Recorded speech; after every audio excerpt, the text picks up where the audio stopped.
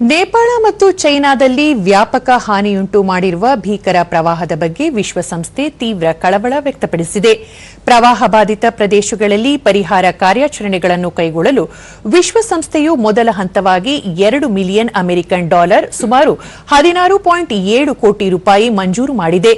ಈ ಮೊತ್ತವನ್ನು ತುರ್ತು ರಕ್ಷಣಾ ಕಾರ್ಯಗಳು ಮತ್ತು ಸಂತ್ರಸ್ತರಿಗೆ ಅಗತ್ಯ ಸೌಲಭ್ಯ ಒದಗಿಸಲು ಬಳಸಲಾಗುವುದು. ನೇಪಾಳ ಸರ್ಕಾರ ನಡೆಸುತ್ತಿರುವ ಪರಿಹಾರ ಮತ್ತು ರಕ್ಷಣಾ ಕಾರ್ಯಗಳಿಗೆ ವಿಶ್ವಸಂಸ್ಥೆಯು ಸಂಪೂರ್ಣ ಬೆಂಬಲ ನೀಡಿದ್ದು, ವಿಪತ್ತಿನ ಭೀಕರತೆಯನ್ನು ಅಂದಾಜಿಸುವುದು ಮತ್ತು ಸಂತ್ರಸ್ತರಿಗೆ ತಕ್ಷಣದ ನೆರವು ತಲುಪಿಸುವಲ್ಲಿ ಕೈಜೋಡಿಸಿದೆ.